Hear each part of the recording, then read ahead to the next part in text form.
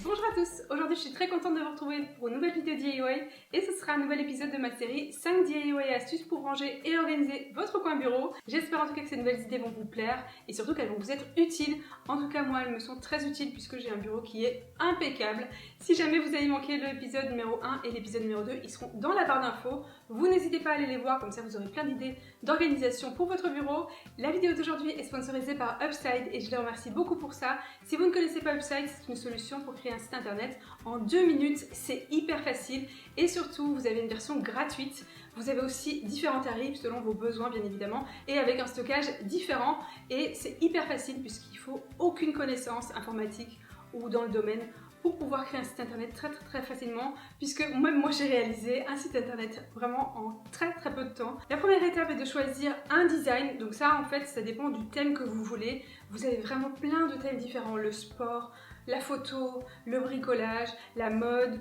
Vraiment, il y en a plein et ensuite vous pourrez déjà voir à quoi ça ressemble avant même de l'avoir créé. Et une fois que vous avez choisi un design, vous n'aurez plus qu'à modifier le titre bien évidemment et aussi le texte, donc le contenu du site internet avec tous les onglets et évidemment les photos et vous n'avez plus qu'à sauvegarder et une fois que vous l'avez terminé, à le publier et c'est hyper pratique, c'est surtout ce que j'ai aimé chez Upside. Donc pour créer votre site internet très facilement, vous n'hésitez pas à aller voir dans la barre d'infos Upside et surtout je les remercie d'avoir sponsorisé cette vidéo et on passe tout de suite aux 5 DIY et astuces pour ranger votre bureau. C'est parti! Alors pour le premier DIY, ce que je voulais faire c'était une nouvelle version du calendrier perpétuel puisque j'en ai fait un très récemment sur la chaîne avec un cadre en bois, mais cette fois-ci on va faire une version récup et pour le décorer j'ai pris une feuille de découpage avec un motif écaille de poisson ou écaille de sirène, c'est comme vous préférez, et on va regarder la taille à peu près, comme ça à l'œil et on découpe pour que ça puisse remplir en fait tout le fond et une partie des bords de l'intérieur. Je regarde ce que ça donne et je découpe si c'est nécessaire. Et pour de plus jolies finitions et éviter qu'il y ait trop de plis, je n'hésite pas à mettre un petit coup de ciseau dans les coins, comme ça ce sera vraiment plus joli comme ça. Et on prend ensuite du vernis-colle et le pinceau qui va avec, et on place une couche de colle partout où on veut appliquer le découpage. Il n'y a plus qu'à reprendre la feuille de découpage et à la replacer au même endroit. On va ensuite appuyer en commençant par le centre vers l'extérieur et on applique à nouveau une couche de vernis-colle. Alors pendant que ça sèche, on va réaliser une étiquette avec un morceau de carton. Donc c'est tout simple, on réalise un rectangle et sur la partie du haut, on va couper 2 petits coins, donc 2 petits triangles. Et on va prendre aussi du papier décoratif. Donc là, vous le prenez vraiment de la couleur de votre choix. Qu'il y ait des motifs comme moi ou pas, c'est comme vous préférez. Et sur le premier papier, on va donc représenter l'étiquette 10 fois. Et à vrai dire, sur celui-ci, il n'y en avait pas une de plus qui rentrait. Donc c'était impeccable. Et ensuite, on découpe.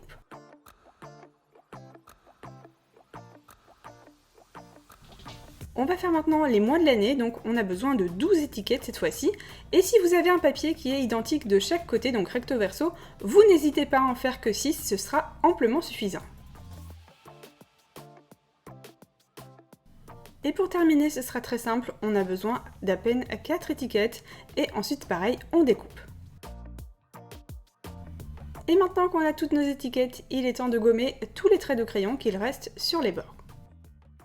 Et il est temps maintenant de réaliser un trou dans chaque étiquette, vous pouvez en prendre plusieurs à la fois bien évidemment, et si tous les trous ne sont pas au même endroit, donc comme les miennes, ce n'est pas un souci, je vous assure, ça se verra pas du tout. J'ai pris ensuite 3 attaches parisiennes de cet assortiment, donc j'en ai pris 3 dorées pour aller avec le fond des écailles dorées. Donc on va prendre maintenant chaque attache parisienne et on va les déformer, on va appuyer pour que, vous savez, les tiges qui sont au centre, elles ne soient plus au centre justement, qu'elles soient en haut, et en fait celle qui est juste en dessous, donc il faut que ce soit la plus longue des deux, sinon ça n'ira pas. Vous savez, en fait, dans les attaches parisiennes, à chaque fois 2 tiges, il y en a une qui est plus courte que l'autre, donc c'est la plus longue qui doit être au-dessus, et ça va faire comme des petits crochets. On va passer donc les attaches parisiennes dans les étiquettes et en fait à vrai dire que les paquets soient au bon endroit ou pas, à ce moment-là on s'en fiche parce qu'en fait ils sont pas au bon endroit. Donc on va juste regarder ce que ça donne en termes de place pour voir en fait où on va les coller. Une fois que c'est bien centré et que l'espace entre chacun est correct, on garde juste une seule étiquette, peu importe l'emplacement, et on va donc placer un point de colle en dessous de la tête de chaque attache parisienne sans coller l'étiquette. Bien évidemment, il faut qu'on puisse la retirer. Et d'ailleurs, avant que ça ait le temps de sécher, je la retire et je place de nouveau un petit peu de colle en dessous de la tâche. Donc ça se verra pas puisqu'il y aura les petits cartons devant. Par contre, n'en placez pas au-dessus, sinon là, ça va se voir. Et pour m'aider à évaluer l'espace entre chaque paquet, je n'hésite pas à replacer l'étiquette dès que chaque attache est bien collée.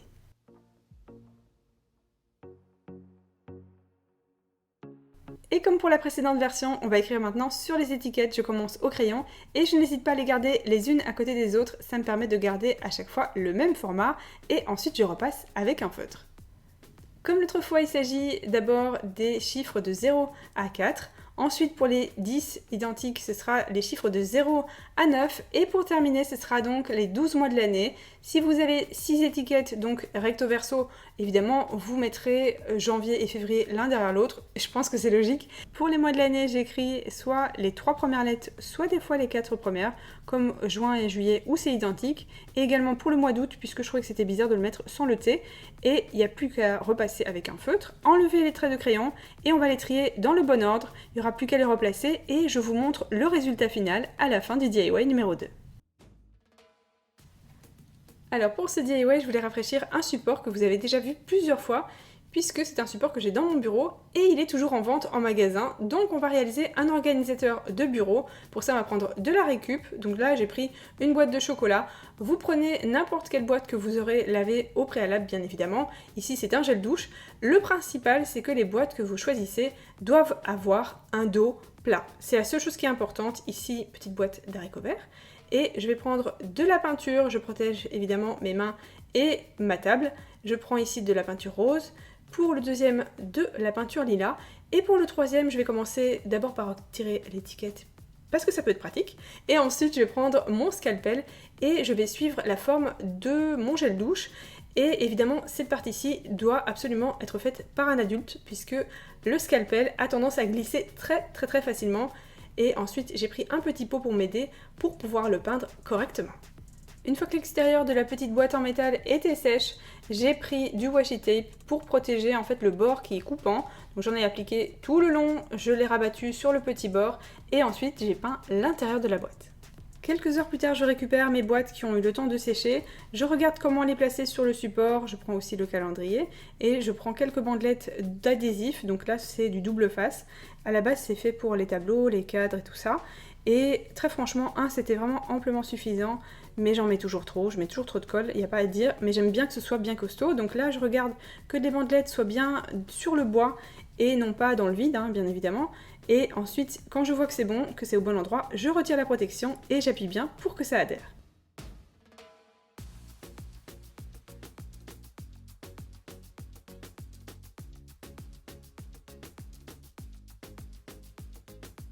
On peut voir que ça tient super bien, mais juste pour la déco, j'ai rajouté ces attaches que je trouve très jolies et je trouve que ça termine un petit peu la déco de l'organisateur, que c'est plus joli comme ça. Et maintenant, on va personnaliser, j'ai pris d'autres attaches et aussi des petites décorations pour rajouter une petite touche personnelle. Donc là, c'est une petite plante. Je vais rajouter aussi Be Happy sur la petite boîte. Cette fois-ci, je vais rajouter un petit mot. Et pour attacher avec la petite attache dorée que vous voyez là, je n'hésite pas à enfoncer une punaise bien dans le support. Et ensuite, sur la boîte, pour le courrier, je vais rajouter 2 cactus avec un qui dit I love you à l'autre et aussi une petite bandelette pour terminer le bas. Je trouvais que ça faisait joli comme ça, même si ça fait pas tout le tour. Et bien sûr, dès que ça vous plaît, vous vous arrêtez. Finding a light in the shadows, naked in pain, rising out of sleep. Help me release, let this fear go. Hey! Let the love flow. Let it flow now. Let the love flow. cette fois-ci, je voulais créer un rangement malin qui peut nous suivre, quelle que soit la tâche qu'on ait à réaliser, donc que ce soit des DIY ou vos devoirs. Donc j'ai pris ce rangement qui sert à la base pour ranger soit des produits ménagers, soit des produits pour la salle de bain, et c'est en fait un petit panier qu'on peut trouver dans le commerce entre 1 et 3 euros.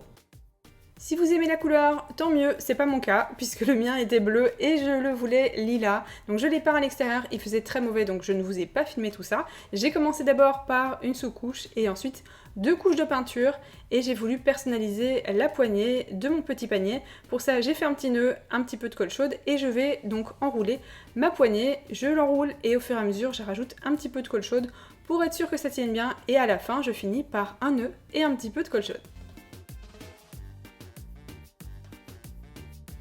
J'ai choisi de rajouter une étiquette à l'avant et j'ai pris celle du milieu qui est une étiquette ardoise. J'ai écrit avec mon feutre craie DIY, donc là vous pouvez écrire devoir ou même votre prénom si vous voulez. Et une fois qu'elle était placée, je me suis dit que j'allais rajouter un petit bord. Alors c'est bien sûr beaucoup plus facile à faire à plat sur le support de base, mais voilà, j'ai un petit peu improvisé pour ça. Et ensuite j'ai repassé pour que ce soit bien blanc. Maintenant on va remplir avec des pots, ça fera des compartiments. J'ai pris 4 pots en verre, ce sont les mêmes que pour le DIY numéro 1. Et j'ai rempli, donc là évidemment, vous pouvez rajouter des gommes, votre perforatrice, ce qui vous fera plaisir, et le tour est joué.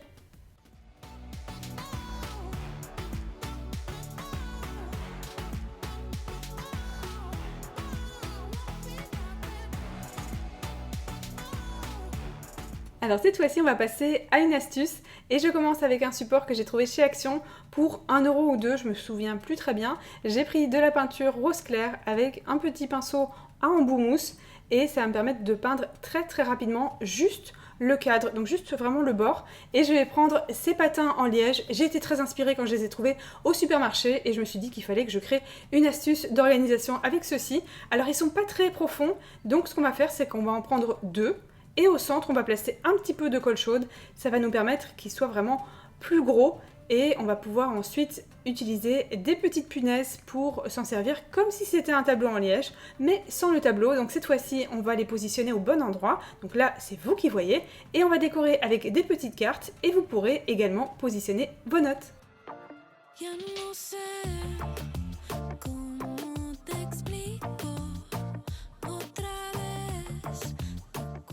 Et on termine avec une astuce de rangement. Je voulais créer une pyramide avec des pots en verre et j'avais trouvé cette photo sur Pinterest il y a quelques années maintenant et c'était avec de la colle chaude, mais je suis à peu près sûre que ça ne tiendra pas puisque j'utilise beaucoup de colle chaude et beaucoup de pots en verre et je pense pas que ce soit très solide, donc je vais faire ma version aujourd'hui et j'ai pris des pots comme vous pouvez le voir qui sont bombés au-dessus et en dessous, non pas comme celui-ci qui est parfaitement lisse et là on pourra placer la colle où on veut, mais non, j'ai 2 parties qui ressortent un peu, donc là j'ai pris 6 pots identiques et je vais placer du double face sur les parties bombées.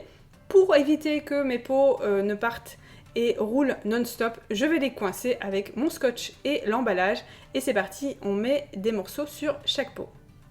Et une fois qu'on a retiré les bandelettes de protection, je vais vous expliquer comment je vais les positionner.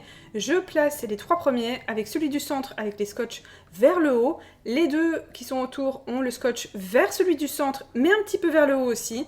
Les 2 qui vont au-dessus ont les scotch vers le bas. Désolée pour ma tête qui passe devant l'écran. Je regarde et vous pouvez voir ça tient déjà très bien. On regarde que ce soit bien aligné et ensuite celui tout en haut a les scotch vers le bas également. Et là je peux vous dire que ça va être méga costaud et que ça va tenir dans le temps. Alors vous pouvez faire différentes versions. Vous avez celle-ci qui est très colorée avec des Sharpies et on a donc toutes les couleurs. Ça fait très joli comme ça. Et sinon vous avez une version un petit peu plus bureau comme la mienne qui correspond plus à mes besoins.